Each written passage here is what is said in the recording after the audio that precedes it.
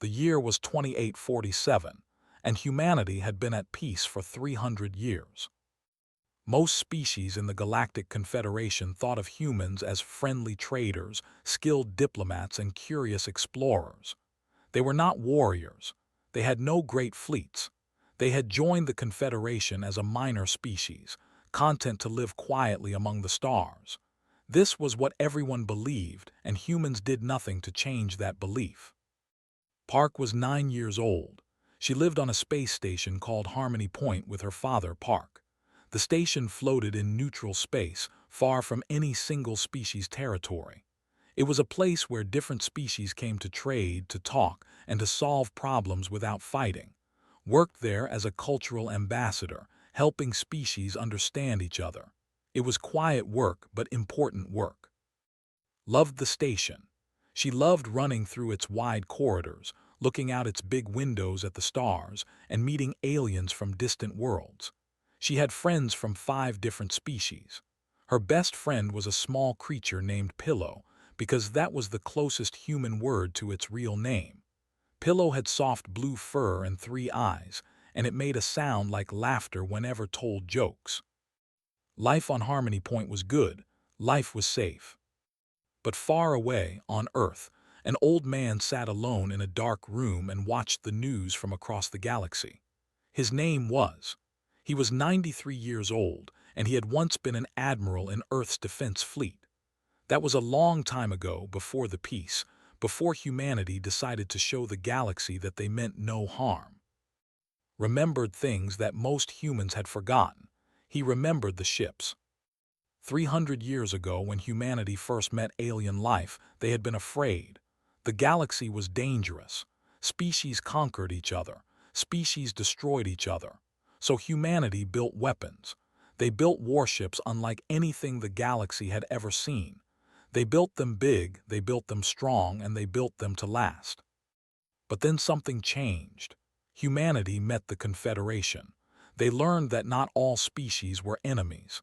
They learned that peace was possible. And so, the leaders of Earth made a decision. They announced to the galaxy that they were dismantling their fleet. They said they would never be a threat to anyone. The galaxy believed them. The galaxy was wrong. The ships were never destroyed. They were hidden, deep beneath Earth's oceans, in underwater bases that no satellite could see. The warships waited. Inside the hollow spaces of Earth's moon, more ships sat in darkness. Their weapons were cold. Their engines were silent, but they were ready. And inside those ships, soldiers slept. They had volunteered to enter stasis, a kind of deep sleep that could last for centuries. They had given up their lives, their families, their futures. They had done this because someone had to. Someone had to be ready, just in case. Was one of the few people alive who knew the truth. He had spent his whole life keeping the secret. Sometimes he wondered if the sleepers would ever wake. Sometimes he hoped they never would. On Harmony Point did not know about any of this. She only knew that today was a special day because a new ship had arrived at the station. It was a ship, big and dark and covered with sharp angles. They were not members of the Confederation. They had their own empire, the Dominion, and they did not play well with others. Told to be careful, he said they were proud and easily angered. He said she should stay away from them. Tried to listen, she really did. The soldiers walked through the station like they owned it. They were tall, with gray skin and 4 arms. Their eyes were red, and they never seemed to blink. Other species moved out of their way. Even the station guards kept their distance. Commander watched them from across the corridor. She was 35 years old, and she worked as Earth security liaison on the station. Her grandfather was the old admiral, though she had not seen him in years. She did not know about the hidden fleet. Almost no one did. Did not trust their ship had arrived without warning, claiming engine trouble. They said they needed repairs and supplies, but their soldiers did not act like people who needed help. They acted like people who were looking for something. She sent a quiet message to Earth Command, telling them about the presence. Then she went back to watching. Lee Minyu was a young medic who worked in the station's medical center. He was 26 years old with kind eyes and steady hands. He had treated injuries from 100 different species. He had seen fights, accidents, and strange alien diseases, but he had never seen war. No human his age had. That evening, Minyu was finishing his shift when he heard a commotion in the corridor outside. There were voices, loud and angry. He heard someone crying. He ran outside and saw a crowd gathering. He pushed through the crowd and saw something that made his heart stop. A little girl was lying on the floor, a human girl. She was not moving and her arm was bent at a wrong angle. Standing over her was a soldier, the biggest one Minyu had ever seen. The soldier was laughing. Minyu did not think. He ran to the girl and dropped to his knees beside her. He checked her pulse, checked her breathing. She was alive but unconscious. Her arm was broken in 2 places. There was blood on her face. The soldier looked down at Minyu with red eyes. "The little creature ran into me," he said. "I taught it manners." Commander arrived moments later. She saw the girl on the floor. She saw the soldier's smile. She felt something cold and hard grow in her chest. She wanted to kill him. She wanted to pull out her weapon and end him right there. But she could not. An attack on a soldier could start a war. It could get thousands of people killed. So she stood there and watched as the soldiers walked away, laughing among themselves. Minyu picked up the girl carefully and carried her to the medical center. He would later learn that her name was Park, and that her father was already on his way, running through the station with tears in his eyes. That night sent another message to Earth. This one was different. This one was marked urgent. On Earth, in his dark room, Old Admiral received the message. He read it 3 times. Then he stood up, something he had not done without help in years. He walked to his window and looked up at the moon. Somewhere inside that moon, soldiers were sleeping. Ships were waiting. 300 years of peace were about to end. Picked up his communicator and spoke 2 words that would change the galaxy forever. "Wake them." The medical center was quiet except for the soft beeping of machines. Park sat beside his daughter's bed, holding her small hand, was still unconscious. Her arm was wrapped in a healing cast and there were bandages on her face. The doctors said she would recover. The doctors said she was lucky. Did not feel lucky. He felt like his world had ended.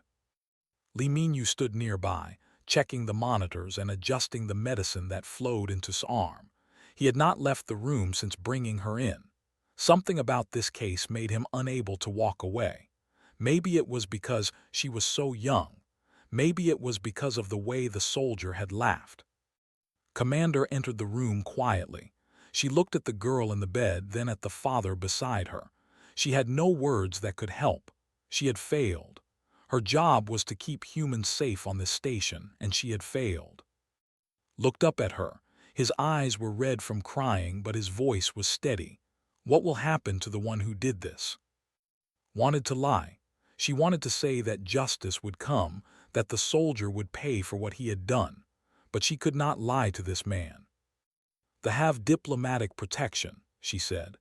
"The station commander cannot arrest them without permission from their government, and their government will not give permission." Stared at her. "So nothing happens. He breaks my daughter's arm, he leaves her bleeding on the floor, and nothing happens." Did not answer. There was nothing she could say.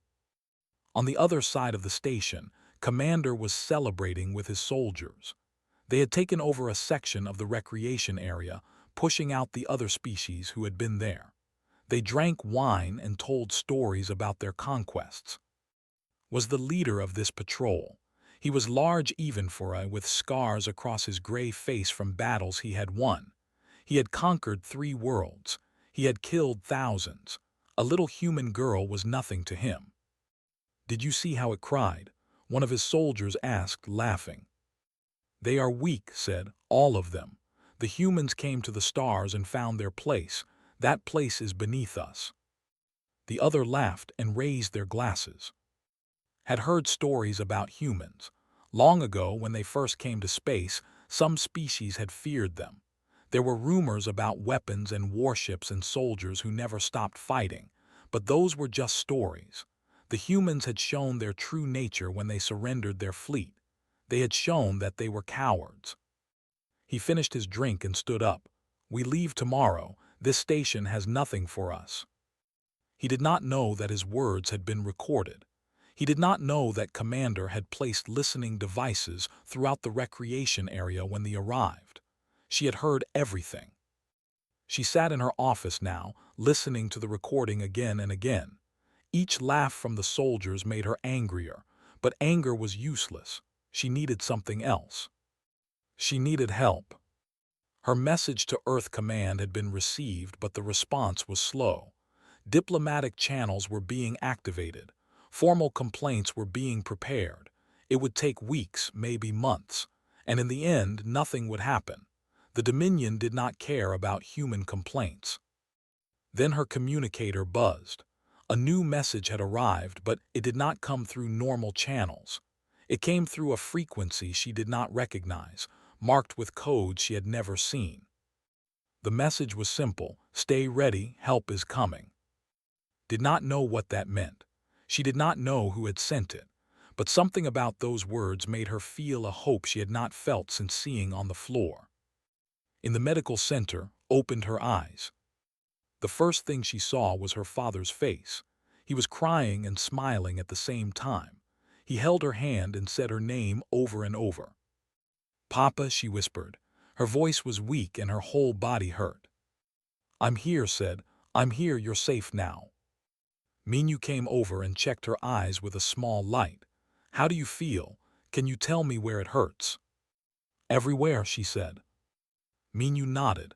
"That's normal. You took a bad fall, but you're going to be okay. You're very brave." Tried to remember what had happened. She remembered running through the corridor, trying to catch Pillow, who was playing a game with her.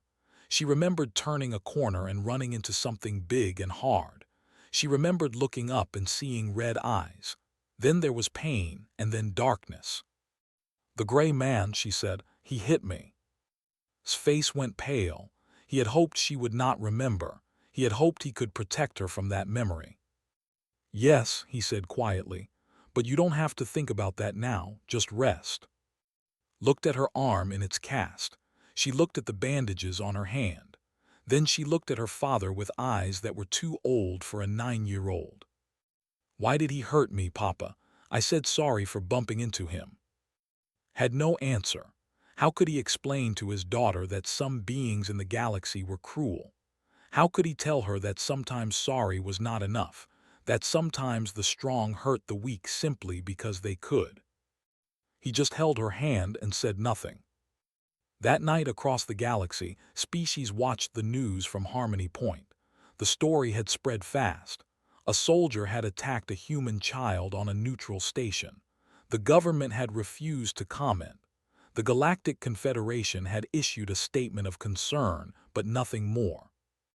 Most species shook their heads and moved on. It was sad, they said, but what could anyone do? They were powerful, the humans were not. These things happened. But on Earth, the story landed differently. People watched the footage from the station security cameras. They saw the little girl running, happy and innocent. They saw her crash into the commander. They saw him look down at her, his red eyes cold. They saw him raise his arm and strike her, hard, sending her flying into the wall. They saw her fall to the ground and not get up. They saw him laugh. The footage spread across every city on Earth. It played on every screen, in every home, in every public space. People watched in silence. Then they started to get angry. In the underwater bases beneath the Pacific Ocean, something began to happen. Lights flickered on in places that had been dark for 300 years. Computers that had been sleeping started to wake. Systems ran checks and found everything in working order. Inside Earth's moon, ancient hangar doors creaked and began to open. And in stasis pods throughout the hidden fleet, soldiers opened their eyes. They did not know what year it was. They did not know how long they had been asleep. But they knew one thing: they had been woken for a reason. The first to fully wake was a woman named. She was 32 years old, or she had been when she went to sleep. She had volunteered for the stasis program because she believed in something. She believed that humanity would one day need protectors. She believed that when that day came, she would be ready. She sat up in her pod and looked around. Other soldiers were waking beside her. Their ship, the Hammer of Dawn, was coming to life around them. A voice came through the speakers. It was Old Admiral speaking to every hidden ship at once. "Soldiers of Earth," he said, "you have slept for 300 years. The galaxy thought we were weak. They thought we were harmless. Today, one of them proved that by hurting a child, a 9-year-old girl named Park. Felt her hands become fists. It is time," continued. "It is time to show them what we really are. It is time to remind the galaxy why our ancestors built these ships. Wake up, soldiers. Your people need you." Stood up on legs that had not moved in centuries. Around her, her crew was doing the same. They looked at each other with eyes full of purpose. 300 years of peace had ended. The forgotten fleet was awake. Deep beneath the Pacific Ocean, the water began to move in ways it had not moved for 300 years. Fish that had lived their whole lives in the deep darkness fled from lights they had never seen before. The ocean floor trembled as massive shapes began to rise. The first ship to surface was the Hammer of Dawn. It broke through the waves like a mountain coming to life. Water poured off its black hull in waterfalls. The ship was 2 kilometers long, covered in armor that could survive the center of a star. Its weapons had not been fired in 3 centuries, but they were ready. More ships followed. 10, 20, 30 ships rose from the ocean in different places around the world. People on shore watched in disbelief. They had been told their whole lives that Earth had no warships. They had been told that humanity had chosen peace. They had been told lies. On the dark side of the moon, doors that had been hidden for centuries opened wide. Ships flew out in formation, their engines burning bright against the black sky. They were smaller than the ocean ships, faster and deadlier. Fighter craft and destroyers built to hunt and kill. Admiral watched from Lunar Command, a base that officially did not exist. He was old, his body was tired, but his mind was sharp. He had waited his whole life for this moment. He had hoped it would never come, but he had always known it might. Lieutenant stood beside him. She was 24 years old, young enough to be his great-granddaughter.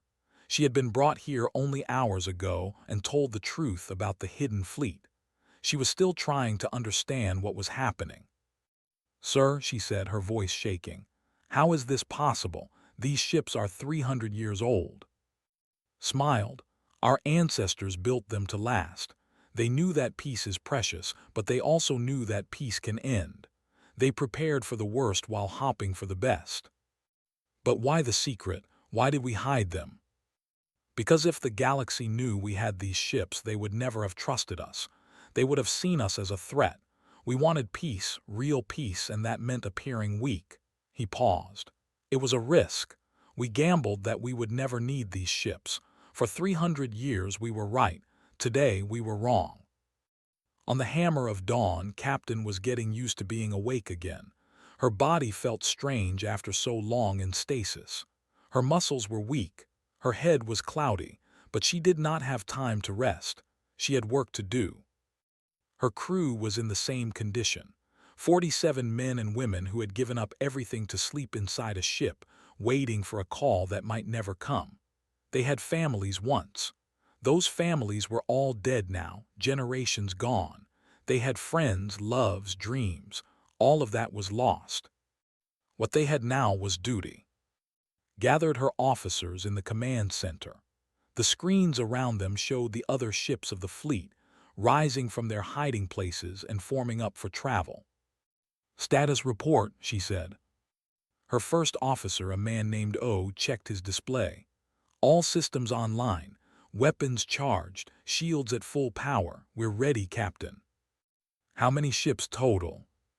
47 warships including ours, plus 200 fighter craft. the entire hidden fleet. Nodded, it was more than enough. At Lunar Command, Admiral prepared to send a message. It would go to every species in the Galactic Confederation, to every empire and government in known space. It would tell them what was coming. He looked at Lieutenant, "Are you ready?" She nodded, her hands on the communications controls. "Send it." Press the button. The message went out at faster-than-light speed, reaching thousands of worlds within minutes. On those worlds, leaders and citizens alike stopped what they were doing to listen. What they heard made their blood run cold. "To all species of the galaxy," Admiral's voice said, "this is Earth. For 300 years we have lived among you in peace. We traded with you, we talked with you, we called you friends. And when you asked us to give up our weapons, we agreed. We showed you that we meant no harm." There was a pause. "You believed we were weak. You believed we had nothing left.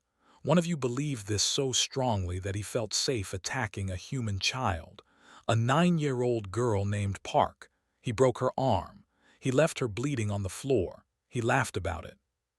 Another pause, longer this time. "We are coming for him, and we want the galaxy to understand something. We did not destroy our fleet. We hid it. We hid it because we wanted peace, not because we were afraid. We have never been afraid. We were hoping we would never need these ships again. We were wrong." The message ended with coordinates. The coordinates showed where the human fleet would arrive. They showed space. On Harmony Point Station, Commander received the message like everyone else. She played it 3 times, not believing what she was hearing. Then she ran to the medical center. Was still sitting beside's bed. The girl was sleeping now, her small body healing slowly. She would have scars, the doctors said. She would have nightmares, but she would live. "You need to hear this," said. She played the message.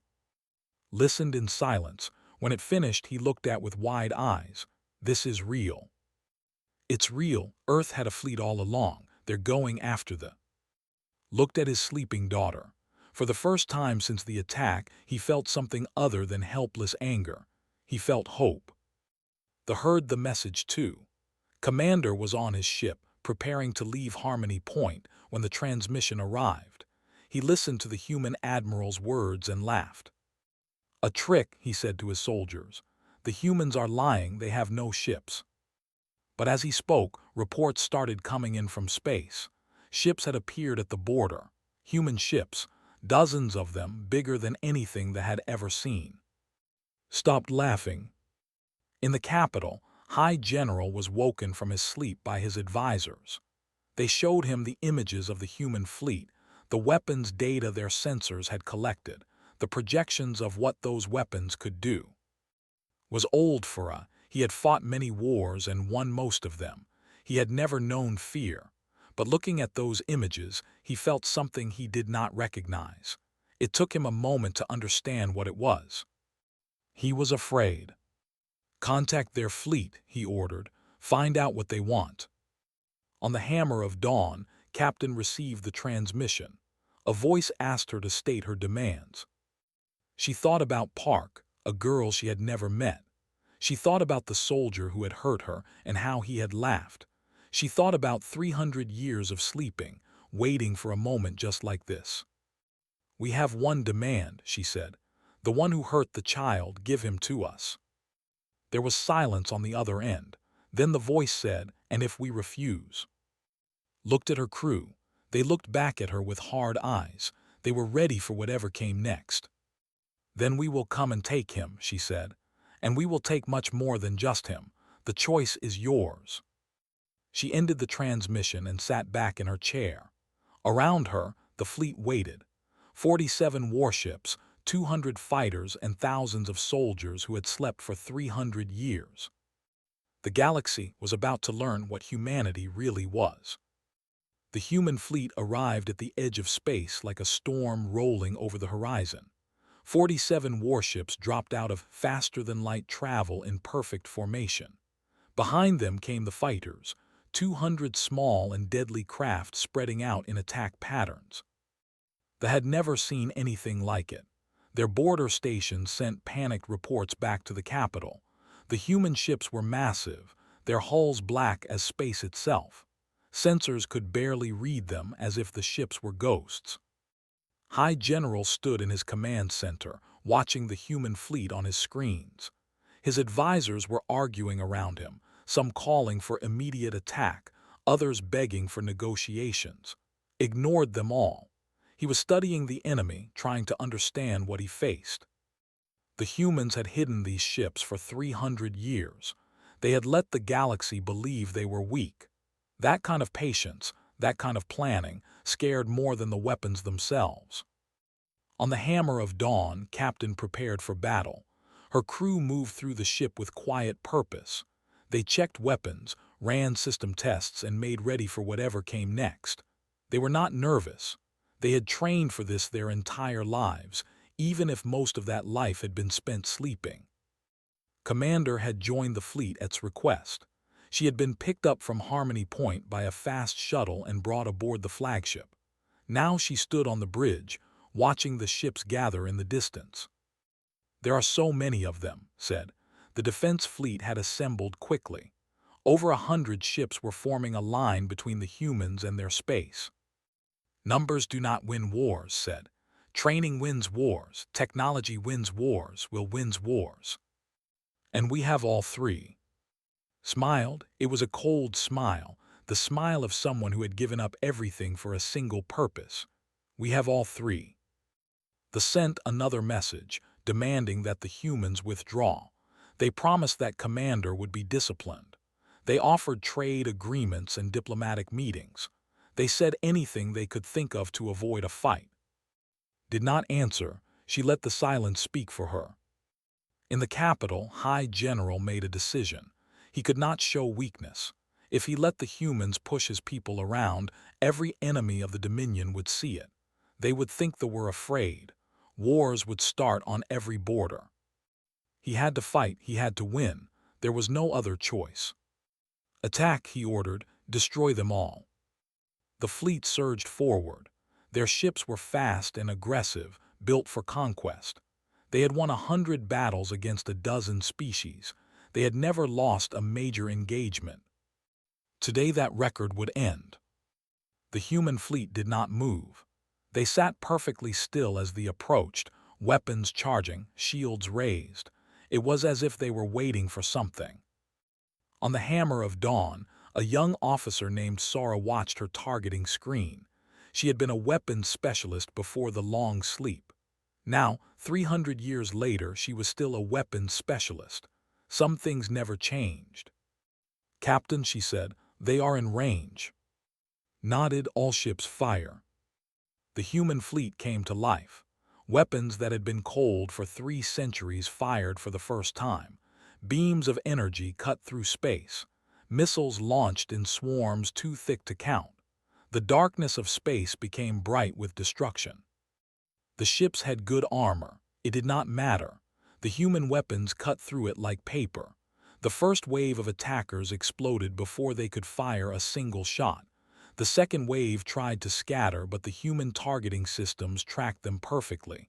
More explosions, more death. Watched in shock. She had known the fleet was powerful, but she had not understood just how powerful. They were being destroyed, not defeated, destroyed. "This is not a battle," she whispered. "This is an execution." Heard her. "Yes," she said simply, "it is." But there was no joy in her voice, no celebration.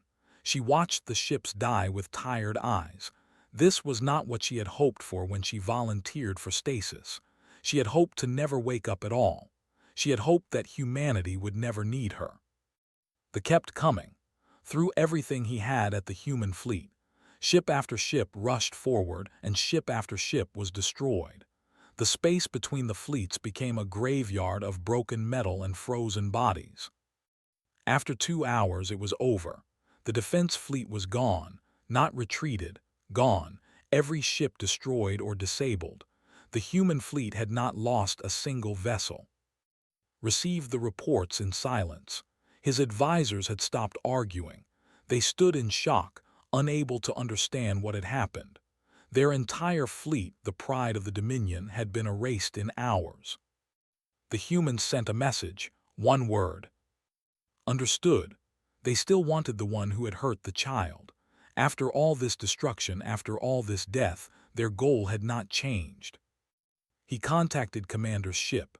It was still at Harmony Point, far from the battle. Had been ordered to return when the fighting started, but his ship was too slow.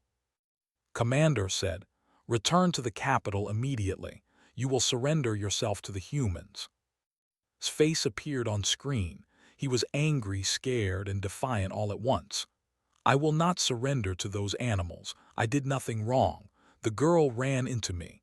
I was within my rights." "You have cost us our fleet," said coldly. "You have cost us our reputation. You have brought war to our door. You will surrender, or I will have you executed myself." His face went pale. He had never seen like this. The High General's eyes held no room for argument. "Yes, sir," said quietly, "I will return." On the hammer of dawn, received word that was being delivered to them.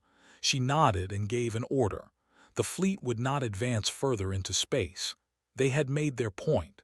Now it was time for the next step. Came to stand beside her. "What happens now?" "Now we collect what we came for," said. "And then do we go home?" Was quiet for a moment. She thought about Earth, a planet she had not seen in 300 years. She thought about her parents, long dead, her friends gone, everything she had known, dust and memory. "Yes," she said finally, "we go home, but first we deliver a message, not just to everyone." "What message?" Looked at the stars on the. Somewhere out there, on a station called Harmony Point, a little girl was healing from wounds she should never have received. "That humans protect their children," she said. "That we will always protect our children, and that anyone who forgets that lesson will be reminded." Nodded slowly. She understood now. This was not about revenge. It was not about pride. It was about the future. It was about making sure that no alien of any species would ever think it was safe to harm a human child again. The fleet waited in the darkness, patient and powerful. They had won the battle. But the war, the real war, was not fought with weapons. It was fought with memory. It was fought with reputation. It was fought by making the galaxy understand exactly what humanity would do if pushed. Was on his way. Soon he would arrive and the final chapter would begin. Commander's ship arrived under heavy escort. Warships surrounded it, making sure he could not run. Not that there was anywhere to run. The human fleet waited ahead, dark shapes against the stars, patient as death. High General contacted the human flagship personally. His face appeared on Captain's screen, old and tired, and full of barely controlled rage. "We have brought him," said. "The one you wanted. Take him and leave our space." Studied the general. He was used to being powerful. He was used to being feared. Now he was neither. She almost felt sorry for him. "Will be transferred to my ship," she said, "but we are not finished." His red eyes narrowed. "What more do you want? You have destroyed our fleet. You have humiliated us before the galaxy. Is that not enough?" "No," said, "it is not." She explained what humanity demanded. A public statement from the government acknowledging what had done. A formal apology to Park and her family. Reparations paid to the child for her injuries and suffering. And a promise, witnessed by the Galactic Confederation, that no would ever harm a human again without facing justice. Listened in silence. His 4 hands were clenched into fists. Every demand was a knife in his pride. "And if we refuse?" he asked. Leaned forward in her chair. "Then we will continue. We will destroy we will burn your colonies. We will end the Dominion. And then we will go home and sleep again, and the galaxy will remember what happened to the species that harmed our children." Her voice was calm. Her eyes were steady. She was not bluffing and knew it. "You would murder billions for one child?" he asked. "No," said. "We would protect billions of children by making sure no one ever thinks it is acceptable to hurt one. The choice is yours, General. Choose wisely. Closed his eyes. For a long moment he said nothing. Then he nodded. We accept your terms, he said. Was transferred to the Hammer of Dawn in a small shuttle. Soldiers pushed him out the door and flew away as fast as they could. They wanted nothing more to do with him. Met him in the hangar bay, alone. She had told her crew to stay away. This moment was between her and him. Was tall and powerful, but he looked small now. His gray skin was pale. His red eyes darted around the hangar looking for escape. There was none. What will you do to me? He asked. His voice shook. Walked toward him slowly. She was half his size, but he backed away from her. I want to understand something, she said. Why did you do it? She was a child, a little girl who bumped into you by accident. Why did you hurt her? His face twisted, fear and anger and shame mixed together. She touched me. A human touched a commander. I had to show strength. I had to show that we are superior. By breaking a child's arm, by leaving her bleeding on the floor, shook her head. You call that strength? You would not understand. Humans are weak. Everyone knows this. Smiled. It was not a kind smile. We let you believe that. We let the whole galaxy believe that. And do you know why? Did not answer. Because we remembered what we used to be, said. Long ago, before we came to space, humans were warriors. We fought each other for thousands of years. We killed millions of our own kind. We built weapons that could destroy our whole planet. We almost ended ourselves. She stopped in front of him, looking up at his gray face. Then we grew up. We learned that strength is not about hurting the weak. It is about protecting them. We put away our weapons, not because we were afraid, but because we chose to be better. We hoped we would never need them again. Was shaking now. He had faced death many times, but this was different. This was something he did not understand. What are you going to do to me? He asked again.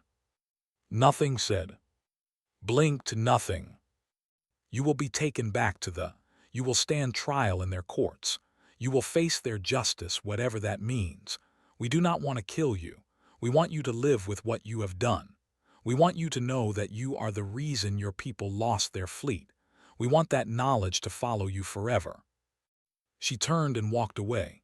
At the door she paused and looked back. And we want the galaxy to know that even after everything you did, we did not become monsters. We had the power to destroy your people. We chose not to. That is what real strength looks like. Was taken back to the in chains. His trial would be quick, his punishment severe. They had lost too much because of him. They needed someone to blame. The human fleet began its journey home. Across the galaxy, species watched them go with new eyes. The humans had been hiding their power all along. They could have conquered worlds. They could have built an empire. Instead, they had chosen peace. And when that peace was broken, they had responded with overwhelming force. Then they had stopped. They had not taken territory. They had not demanded tribute. They had asked only for justice for one little girl. The Galactic Confederation updated its files on humanity. Old entries were deleted. New ones were added. Under military capability, the assessment changed from minimal to unknown but substantial. Under threat level, it changed from none to extreme if provoked. And at the bottom of the file, a new note was added. Do not harm their children. On Harmony Point, Park was getting better. Her arm was healing. The bruises on her face were fading. She still had nightmares sometimes, but her father was always there when she woke up. Commander came to visit her before returning to Earth. She brought a gift, a small model of a warship. It was the Hammer of Dawn, painted black like the real thing. This ship came to help you, said. The people inside it slept for a very long time, waiting for a day when they would be needed. When you were hurt, they woke up. Held the model in her good hand, turning it over carefully. They came because of me. Yes. Why? Knelt beside the bed so she could look into the girl's eyes. Because you matter. Every human child matters, and we will never let anyone hurt you without answering for it. thought about this. Then she smiled, a small smile but a real one. "That's nice," she said. Laughed, "Yes, it is nice." On Earth, the fleet returned to its hiding places. The ocean ships sank back into the deep. The moon ships flew back into their hangars. The doors closed. The lights went dark. Captain stood before Admiral one last time. She was about to return to stasis, to sleep for another 100 years or more, to wait for another call that might never come. "Will you be okay?" asked. He looked at her with eyes full of understanding. He knew what she had given up. He knew what it cost to be a sleeper. "I will be fine," said. "I have purpose, I have duty, that is enough. And if we need you again." Thought about the stars, about the galaxy full of species who now knew what humans could do. She thought about Little, waving goodbye to the ship that had come to save her. "If you need me," she said, "I will wake." She walked to her stasis pod and climbed inside. The lid closed over her face. She felt the cold sleep beginning to take her. In her last moment of consciousness, she thought about Park. She hoped the girl would grow up happy. She hoped she would never have to be afraid again. Then slept, and the fleet slept with her. The galaxy moved on. Years passed, then decades. Species rose and fell. Wars were fought and peace was made. But one thing stayed the same. Whenever aliens spoke of humans, they spoke with respect. And whenever someone suggested that humans were weak, that they could be pushed around, that their children could be hurt without consequence, there was always someone who remembered. Someone who told the story of what happened when a soldier harmed a human child. Someone who reminded them that Earth's forgotten warships were still out there, sleeping beneath the waves and inside the moon, waiting for the day they would be needed again.